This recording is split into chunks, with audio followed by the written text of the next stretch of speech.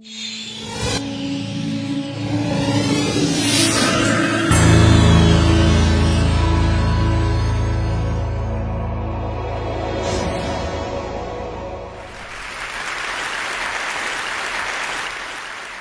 I want to start by offering you a free, no-tech life hack. And all it requires of you is this, that you change your posture for 2 minutes. But before I give it away, I want to ask you to right now do a little audit of your body and what you're doing with your body. So how many of you are sort of making yourselves smaller? Maybe you're hunching, crossing your legs, maybe wrapping your ankles. Sometimes we hold on to our arms like this. Sometimes we spread out. I see you.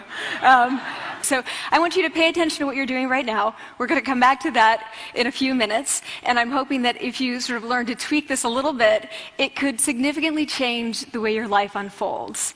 So we're really fascinated with body language, and we're particularly interested in other people's body language. You know, we're interested in, like, you know,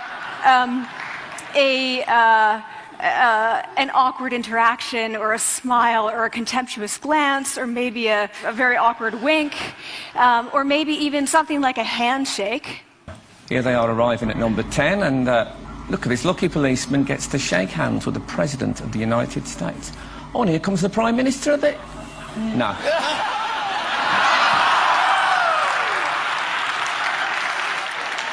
So a handshake, or the lack of a handshake, can have us talking for weeks and weeks and weeks, even the BBC and the New York Times. So obviously, when we think about nonverbal behavior or body language, but we call it nonverbals as social scientists, it's language. So we think about communication. When we think about communication, we think about interactions. So what is your body language communicating to me? What's mine communicating to you? And there's a lot of reason to believe that this is a valid way to look at this. So social scientists have spent a lot of time looking at the effects of our body language or other people's body language on judgments. And we make sweeping judgments and inferences from body language. And those judgments can predict really meaningful life outcomes, like who we hire or promote, who we ask out on a date. For example, Nalini Ambady, a researcher at Tufts University, shows that when people watch 30-second soundless clips of real physician-patient interactions, their judgments of the physician's niceness predict whether or not that physician will be sued. So it doesn't have to do so much with whether or not that physician was incompetent, but do we like that person and how they interacted? Even more dramatic, Alex Todorov at Princeton has shown us that judgments of political candidates' faces in just 1 second predict 70% of US Senate and gubernatorial race outcomes. And even, let's go digital, emoticons used well in online negotiations can lead you to claim more value from that negotiation. If you use them poorly, bad idea, right? So when we think of nonverbals, we think of how we judge others, how they judge us, and what the outcomes are. We tend to forget, though, the other audience that's influenced by our nonverbals, and that's ourselves. We are also influenced by our nonverbals, our thoughts and our feelings and our physiology. So what nonverbals am I talking about? I'm a social psychologist, I study prejudice, and I teach at a competitive business school. So it was inevitable that I would become interested in power dynamics. I became especially interested in nonverbal expressions of power and dominance.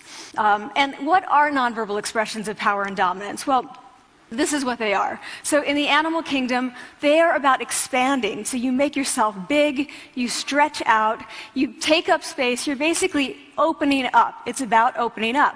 And this is true across the animal kingdom. It's not just limited to primates, and humans do the same thing. So they do this both when they have power sort of chronically, and also when they're feeling powerful in the moment. And this one is especially interesting because it really shows us how universal and old these expressions of power are. This expression, which is known as pride, Jessica Tracy has studied, she shows that people who are born with sight and people who are congenitally blind do this when they win at a physical competition. So when they cross the finish line and they've won, it doesn't matter if they've never seen anyone do it, they do this. So the arms up in the V, the chin is slightly lifted. What do we do when we feel powerless? We do exactly the opposite. We close up, we wrap ourselves up, we make ourselves small. We don't want to bump into the person next to us. So again, both animals and humans do the same thing. And this is what happens when you put together high and low power. So what we tend to do when it comes to power is that we complement the other's nonverbals. So if someone's being really powerful with us, we tend to make ourselves smaller. We don't mirror them, we do the opposite of them. So I'm watching this behavior in the classroom, and what do I notice? I notice that MBA students really exhibit the full range of power nonverbals. So you have people who are like caricatures of alphas, like really coming into the room. They get right into the middle of the room before class even starts, like they really want to occupy space. When they sit down, they're sort of spread out. They raise their hands like this. You have other people who are virtually collapsing when they come in. As soon as they come in, you see it. You see it on their faces and their bodies, and they sit in their chair and they make themselves tiny, and they go like this when they raise their hand. I noticed a couple things about this. One, you're not going to be surprised. It seems to be related to gender. So women are much more likely to do this kind of thing than men. Women feel chronically less powerful than men, so this is not surprising. But the other thing I noticed is that it also seemed to be related to the extent to which the students were participating and how well they were participating. And this is really important in the MBA classroom because participation counts for half the grade. So business schools have been struggling with this gender grade gap. You get these equally qualified women and men coming in, and then you get these differences in grades, and it seems to be partly attributable to participation. So I started to wonder, okay, so you have these people coming in like this, and they're participating. Is it possible that we could get people to fake it, and would it lead them to participate more? So my main collaborator, Dana Carney, who's at Berkeley, and I really wanted to know, can you fake it till you make it? Like, can you do this just for a little while and actually experience a behavioral outcome that makes you seem more powerful?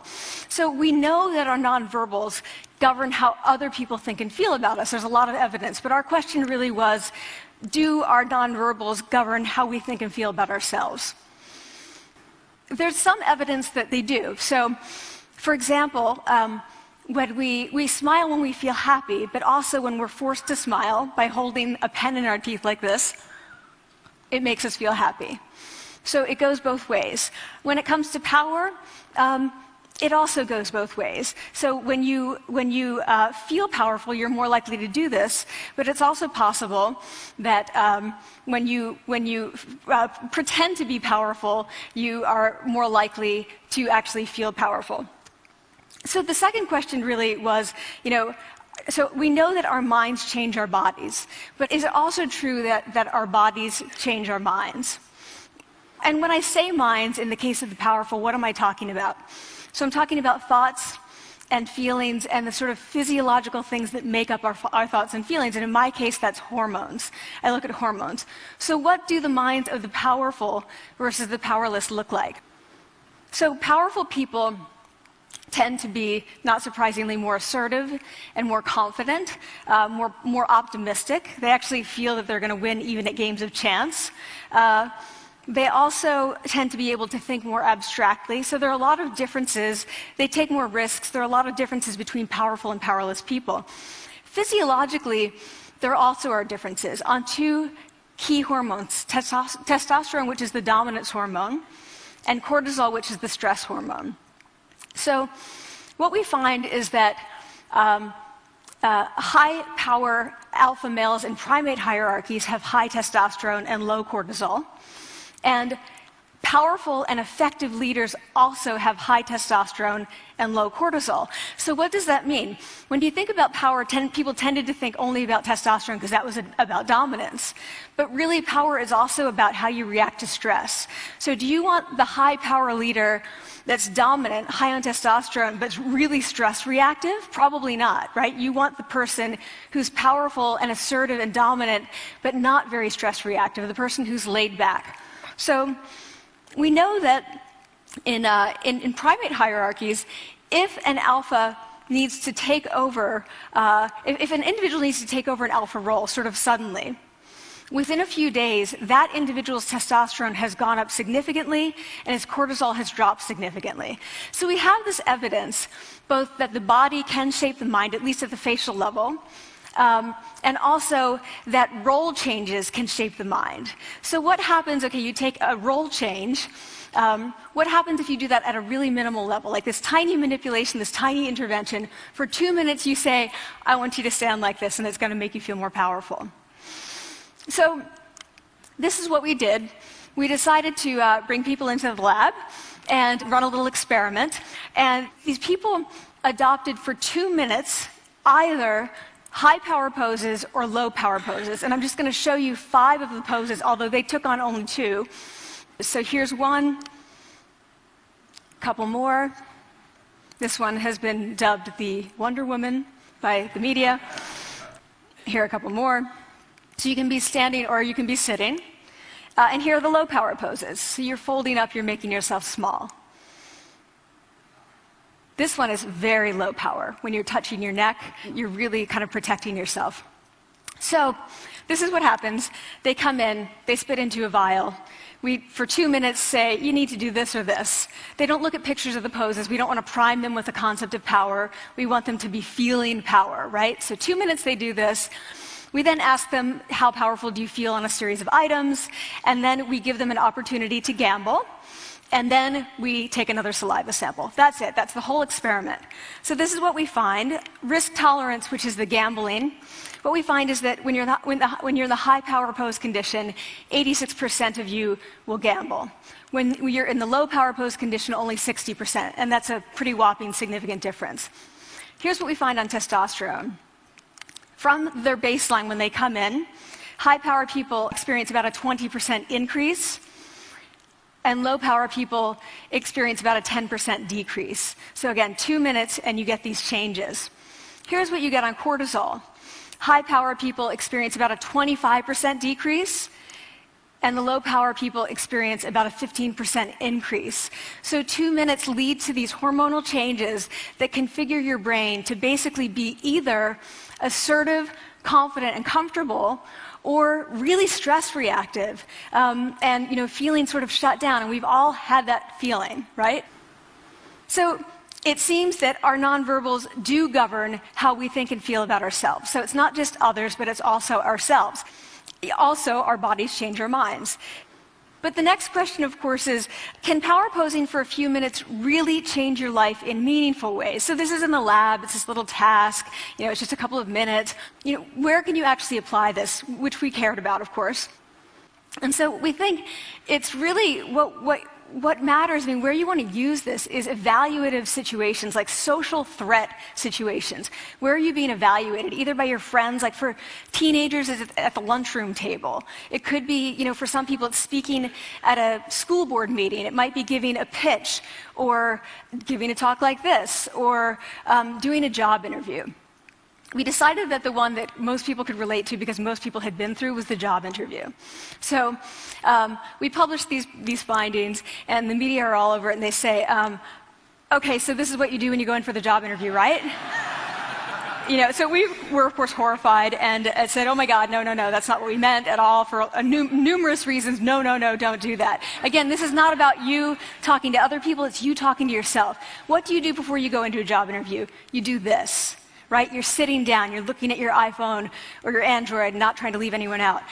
You're looking at your notes, you're hunching up, making yourself small, when really what you should be doing maybe is this, like in the bathroom, right? Do that, find 2 minutes. So that's what we want to test, okay? So we bring people into a lab, and they do either high or low power poses again. They go through a very stressful job interview. It's 5 minutes long. They are being recorded, they're being judged also, and the judges are trained to give no nonverbal feedback. So they look like this. Like, imagine this is the person interviewing you. So for 5 minutes, nothing. And this is worse than being heckled. People hate this. It's what Marianne LaFrance calls standing in social quicksand. So this really spikes your cortisol. So this is the job interview we put them through, because we really wanted to see what happened. We then have these coders look at these tapes, 4 of them. They're blind to the hypothesis, they're blind to the conditions, they have no idea who's been posing in what pose.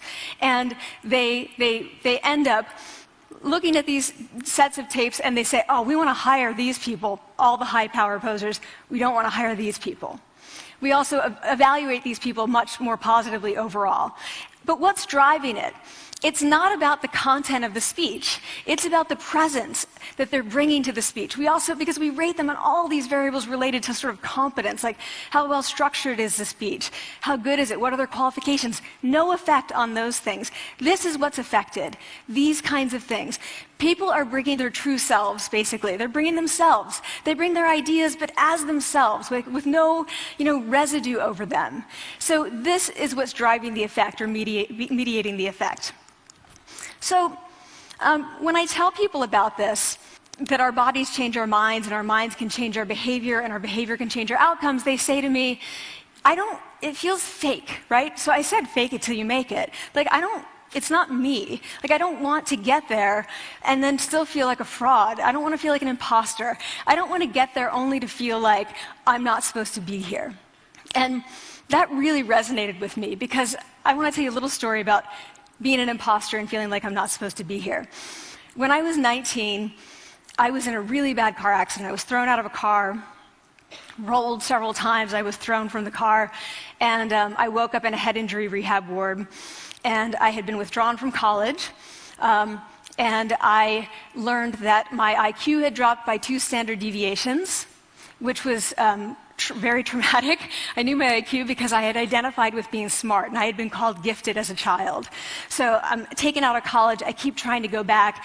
They say, you're not going to finish college. There are other things for you to do, but that's not going to work out for you. So I really struggled with this, and I have to say, having your identity taken from you, your core identity, and for me it was being smart, having that taken from you, there's nothing that leaves you feeling more powerless than that. So I felt entirely powerless. I worked and worked and worked, and I got lucky and worked and got lucky and worked. Eventually I graduated from college. It took me 4 years longer than my peers. And I convinced someone, my angel advisor, Susan Fisk, to take me on. And so I ended up at Princeton, and I was like, I am not supposed to be here. I am an imposter. And the night before my first year talk, and the first year talk at Princeton is a 20-minute talk to 20 people. That's it. I was so afraid of being found out the next day that I called her and said, I'm quitting. She was like, you are not quitting, because I took a gamble on you and you're staying. You're going to stay, and this is what you're going to do. You're going to fake it. You're going to do every talk that you ever get asked to do. You're just going to do it and do it and do it, even if you're terrified and just paralyzed and having an out-of-body experience, until you have this moment where you say, oh my gosh, I'm doing it. I have become this. I am actually doing this. So that's what I did. 5 years in grad school. A few years, I'm at Northwestern. I moved to Harvard. I'm at Harvard. I'm not really thinking about it anymore, but for a long time I had been thinking, not supposed to be here, not supposed to be here. So at the end of my first year at Harvard, a student who had not talked in class the entire semester, who I had said, look, you got to participate or else you're going to fail, came into my office. I really didn't know her at all. And she came in totally defeated, and she said, I'm not supposed to be here.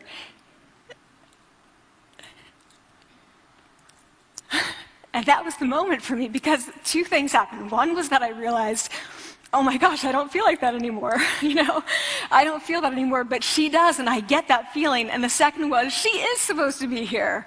She can fake it, she can become it. So I was like, yes, you are. You are supposed to be here, and tomorrow you're going to fake it, you're going to make yourself powerful, and, you're going to...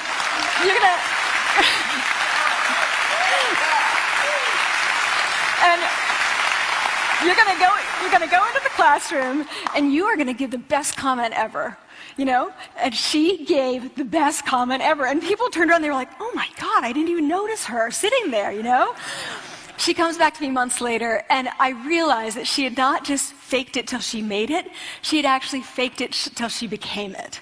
So she had changed. And so I want to say to you, don't fake it till you make it. Fake it till you become it. It's not, do it enough until you actually become it and internalize. The last thing I want to leave you with is this. Tiny tweaks can lead to big changes. So this is 2 minutes. 2 minutes, 2 minutes, 2 minutes. Before you go into the next stressful evaluative situation, for 2 minutes, try doing this in the elevator, in a bathroom stall, at your desk behind closed doors. That's what you want to do. Configure your brain to cope the best in that situation. Get your testosterone up. Get your cortisol down.